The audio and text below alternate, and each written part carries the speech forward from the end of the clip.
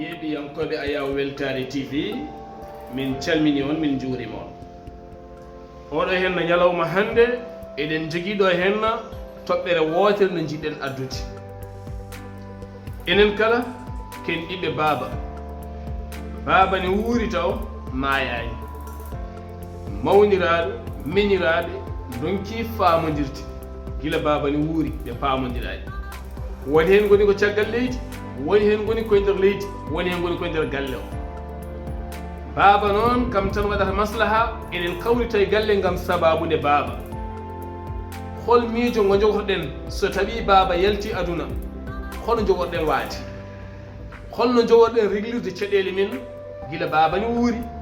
walla en ɗaccata ha baaba maayo ceerten lawol gotol ko baaba tan rendini en ene waɗa maslaha walla ni ko nene rendini en ene waɗa maslaha goto men kala ne arani wiya nene walla wiya baaba kono eɗen jenana en mbawodirani tede jinna amen ne jenana en mbawodirani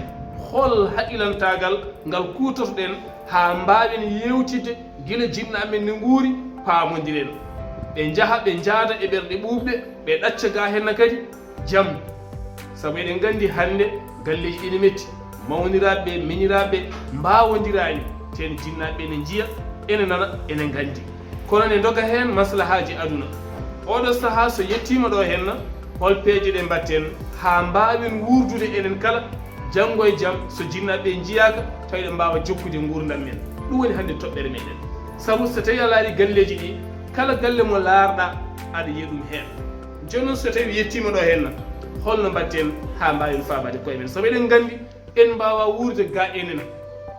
ko jahata faggoyo woɗɓe ko ɓi bammaɗani ɓi yummaɗani beldon gonon neɗɗo goto gonon haɓɓere wotere mbawodiron jiɗodiron cañodiron ɓuuri ko jahata faggoyo woɗɓe enen garani cekkuma ɓeɗo henane laara teni kadi ne gandi no mbaɗa ɗum noon goto men kala yo ruttoyo hoore mum micco ƴeewa min o ɓi nenamo o ɓi baaba mo mi wawa dañde ko ɓuuri o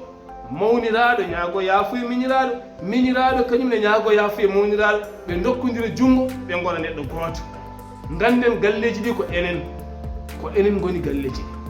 ɗi belnen galleji men mbajoɗen rewɓe men ɓe nangodira ɓe tamodira ɓiɓɓe men nangodira tamodira dañen doole saabu so tawi galle faiblini ɗum ko wasde nandiral hakkude ɓiɓɓe galle rewɓe galle e mawɓe galle eɗen gandi on galle o yolpat hayso ngaruni ɗon yaware wona ɗon moni kala wuura banggue mum ɗum noon batten haqqillaji men no feewi ƴewtoɗen ndeɗo hen toɓɓere ganden andi heewi e nder rendo men hande taw ndi ummori en koye musidɗo goto hande ganduɗo e hoore mum hakkude mum e miñiraɓe mum teni jinnaɗe ne wuuri ene doga hen kono nandira ronki o yenanama hande mawɗo o sellani teni so yalti aduna tan bone waɗi o yiiɗa noon mawniraɗo ɗum jinnaɗo yalta aduna taw ɓe nandirani teni ma andi ko ɗum jogori wonde teni on so yalti aduna nandiral wodani bone waɗi ɗum noon enen kala ndeɗo toɓɓere anden e nder galleji men e ɓerɗe men ƴeewen safrande koye men Allah walla en on jarama